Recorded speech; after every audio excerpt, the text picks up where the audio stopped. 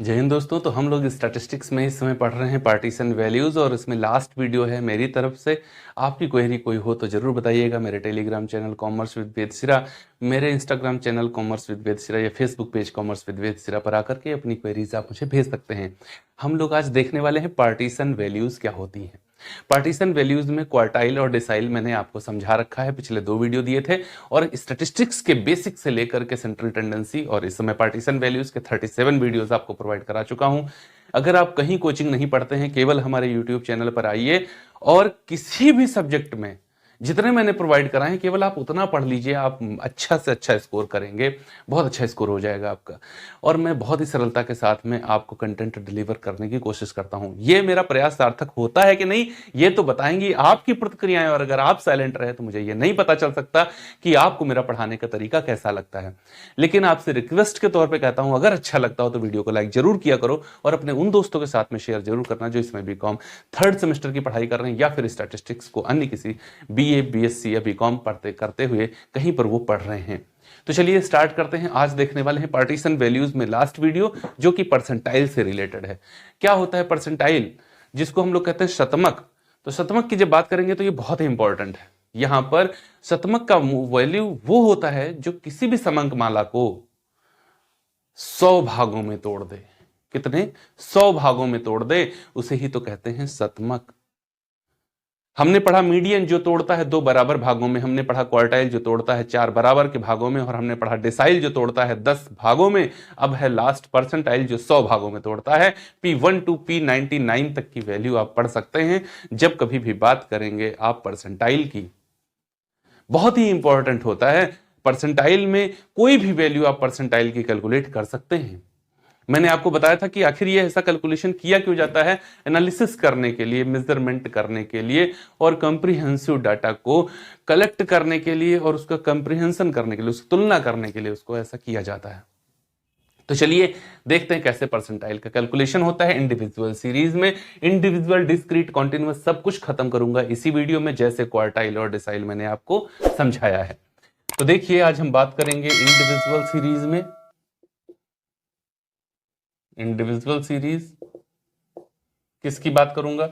Percentile की बात करूंगा। हाँ जी सर, करिएगा, ठीक है। ध्यान रखिए, जब मैंने बताया आपको मीडियन, क्वार्टाइल, डिसाइल और परसेंटाइल, इन सब के लिए सीरीज का असेंडिंग या डिसेंडिंग ऑर्डर होना कंपलसरी है। अगर वो बिखरी हुई सीरीज है तो उसमें आप इसका कैलकुलेशन नहीं कर सकते हैं। तो मैं जो सीरीज ले रहा हूं वो मैं सही ही ले रहा हूं। मैं मान रहा हूं कि मेरी वैल्यू दी हुई है 8, 10, 12, 14, 16, 18 और 20। वैल्यू कोई भी ले लो, देखो आपको सिर्फ मेथड आना चाहिए कैलकुलेशन का। फिर वैल्यू कहीं से भी दे दी जाए, कोई वैल्यू दे दी जाए, कोई फर्क नहीं पड़ता है, बहुत ही आसानी के साथ उसको कर सकते हैं। तो मैंने ये वैल्यू ले ली है। अब मुझे कैलकुलेशन करना है किसका, बताऊंगा अभी, पहले देख लूं। 3, 3, 6 और 1, 7। n इक्वल टू क्या है? 7 है, ठीक है। हाँ जी सर, ठीक है। देखो इसमें मैं कैलकुलेट करूंगा, क्या कैलकुलेट करूंगा? Calculate value of P40 and P70 from the following distribution. ये बहुत क्वेश्चन पूछा जाता है। P40 और P70 ये वो वैल्यू हैं जो सबसे ज्यादा पूछी जाती हैं। सबसे ज्यादा कुछ एग्जाम में जब कभी पूछी गई तो P40 और P70 की वैल्यू ही पूछी जाती है। चलिए देखते हैं। जब हम लोग को P40 की वैल्यू निकालनी होगी तो क्या करूंगा? 40n+1/100 item value. क्या सर इसमें 100? हाँ जी, बताया था ना, मीडियन में अपॉन 2, क्वार्टाइल में अपॉन 4, डिसाइल में अपॉन 10 और परसेंटाइल में, हाँ पर सर समझ गया 100, हाँ वही। अब यहां पर 40 क्यों? क्योंकि मैं P40 की वैल्यू निकाल रहा हूं, इस वजह से यहां 40। जो वैल्यू कैलकुलेट करने जाओगे वही यहां पर लाओगे। क्या? जो वैल्यू कैलकुलेट करने जाओगे वही वैल्यू यहां पर लाओगे, तभी इसका सही कैलकुलेशन कर पाओगे। तो चलिए देखिए, यहां पर है 40 और n क्या माना मैंने? माना क्या? वो तो है ये 7+1 डिवाइडेड बाई 100, और 40 इंटू 8 डिवाइडेड बाई 100, और 8 चुक्कू 32 divided by 100 is equal to 3.2 item value. क्या आ गया? 3.2 आइटम वैल्यू। हाँ जी सर, आ गया 3.2 आइटम वैल्यू। अब देखो यार, 3.2 आइटम वैल्यू कहां से लाऊं? 3 अगर आया होता तो मेरा आंसर हो जाता 12। और 4 आया होता तो हो जाता 14, लेकिन ना तो आया 3 ना आया 4, आ गया 3.2। अब कैलकुलेशन कैसे करूं? तो देखो मुझे थर्ड आइटम वैल्यू तो पता है ना, फिर से मुझे थर्ड आइटम वैल्यू पता है, कितनी है? 12 है। मुझे क्या नहीं पता है? मुझे नहीं पता सेकेंड आइटम वैल्यू।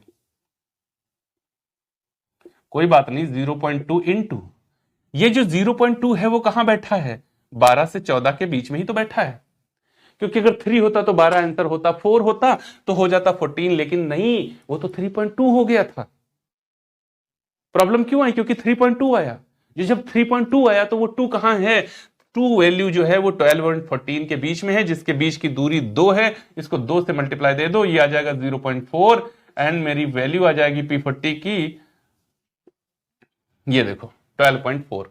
क्या जाएगी? 12.4। हाँ जी सर, आ गई, एकदम क्लियर, समझ में आया?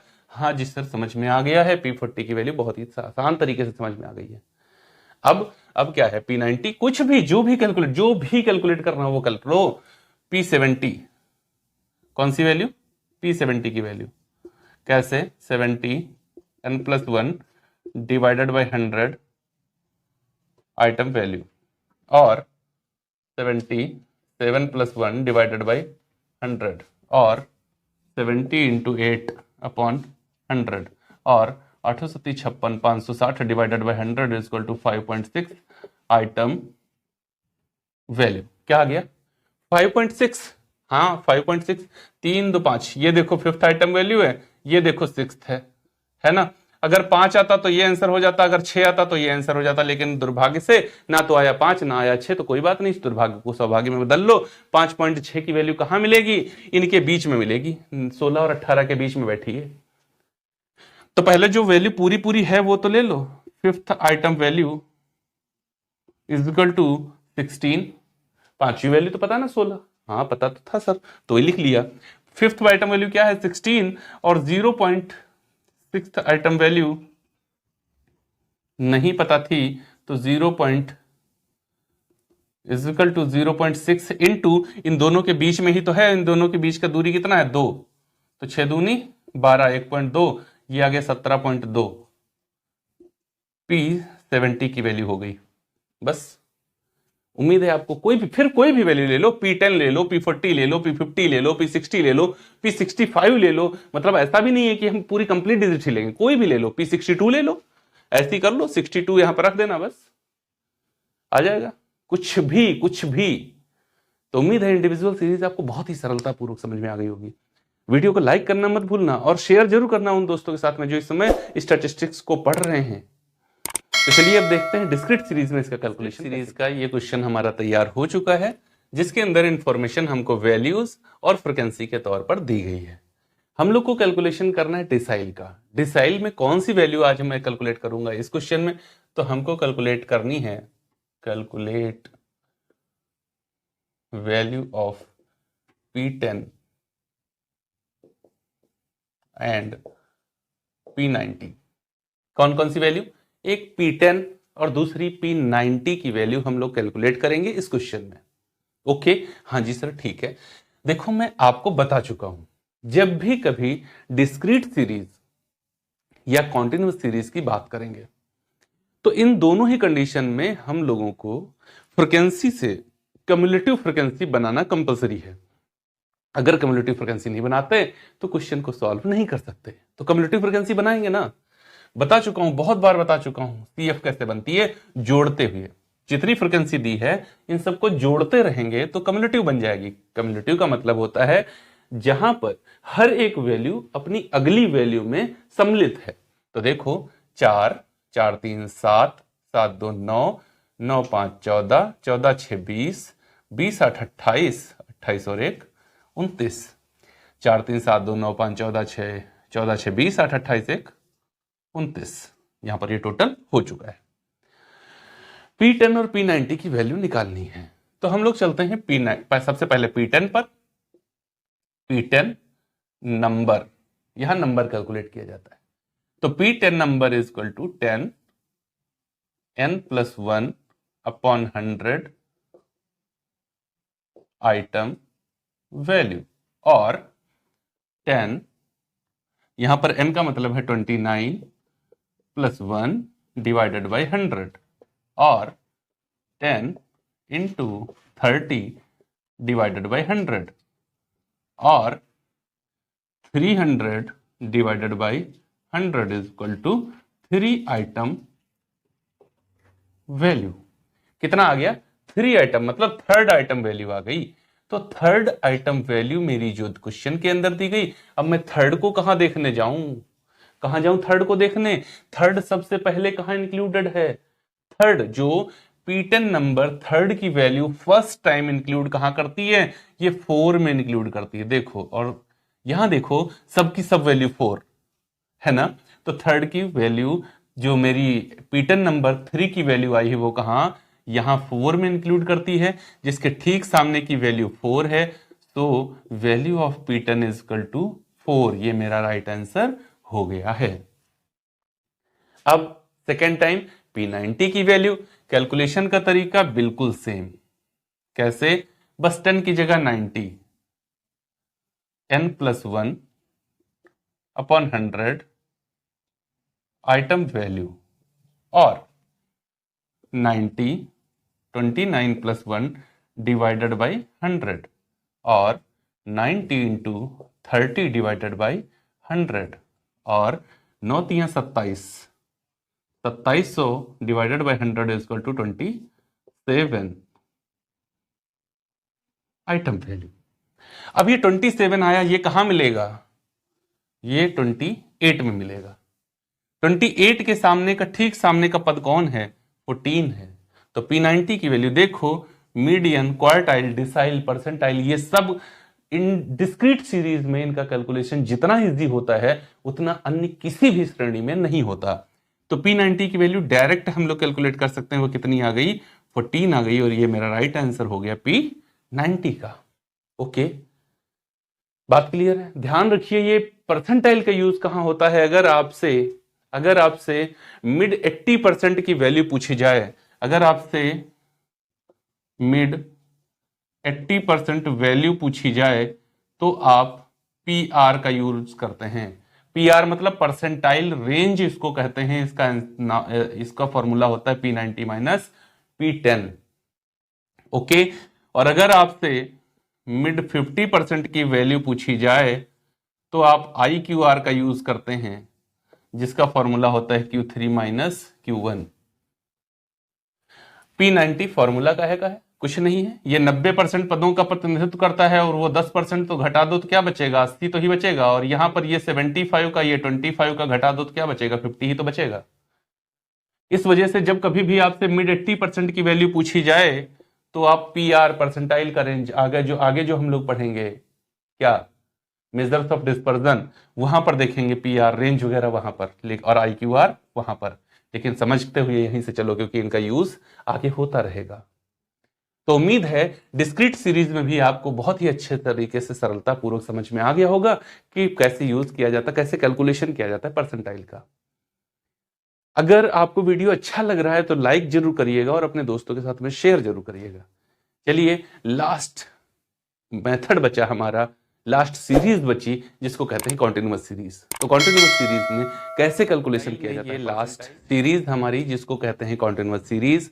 क्वेश्चन हमारा तैयार हो चुका है। यहां देखिए, आप मार्क्स आपको दिए हैं 20 to 40, 40 to 60, 60 to 80, 80 to 100, 100 to 120 and 120 to 140। देखिए, क्रम बराबर होना जरूरी है जब कभी भी आप मीडियन, क्वार्टाइल, डिसाइल या फिर परसेंटाइल का कैलकुलेशन करें। मतलब पहले क्लास इंटरवल की अपर लिमिट ही अगले की लोअर होनी चाहिए। देख लीजिए आप, बीच का गैप कम ज्यादा हो सकता है लेकिन ये ना बदलने पाए। पहले क्लास इंटरवल की अपर लिमिट ही अगले की लोअर लिमिट होनी चाहिए। ये याद रखिएगा आप हमेशा के लिए, नहीं तो गलत हो जाएगा क्वेश्चन। फिर नंबर ऑफ स्टूडेंट दिए हैं, मतलब 6 बच्चे ऐसे हैं जिनके नंबर 20 से 40, 4 के नंबर 40 से 60, 3 के नंबर 60 से 80 और यहां पर 2 के नंबर 80 से 100, 5 के नंबर 100 से 120 और 7 के नंबर 120 से 140 के बीच हैं। आउट ऑफ 150 150 नंबर का एक टेस्ट रखा गया जिसमें 27 बच्चे इन्वॉल्व हुए और उनके नंबर इस तरीके से आपको दिए गए हैं। हम लोगों को इसमें परसेंटाइल कैलकुलेट करना है। क्या कैलकुलेट करना है? परसेंटाइल कैलकुलेट करना है। और इसमें कौन कौन से परसेंटाइल हम कैलकुलेट करेंगे?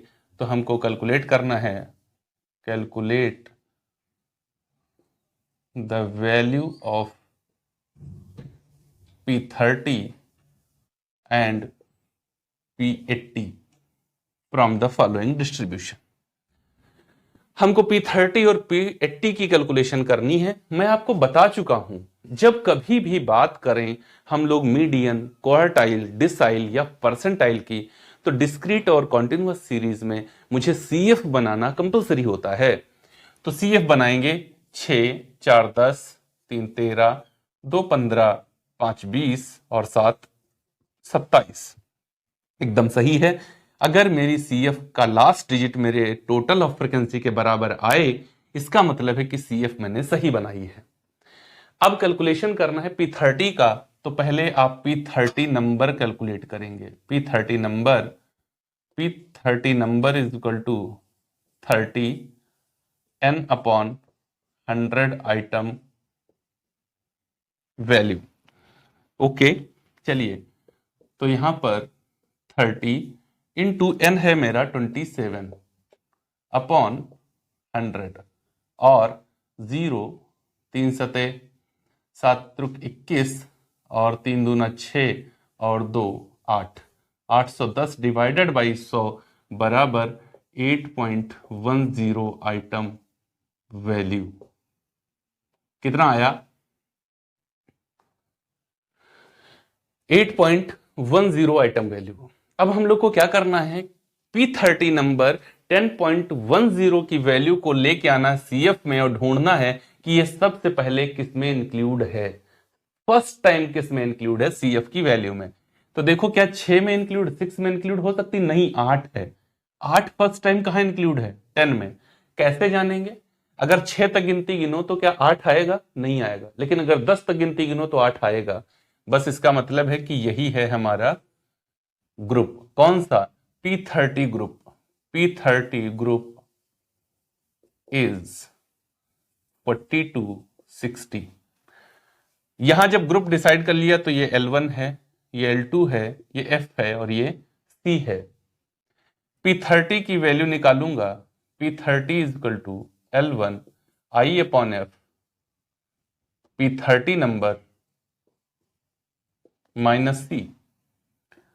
P30 is equal to L1 कितना है?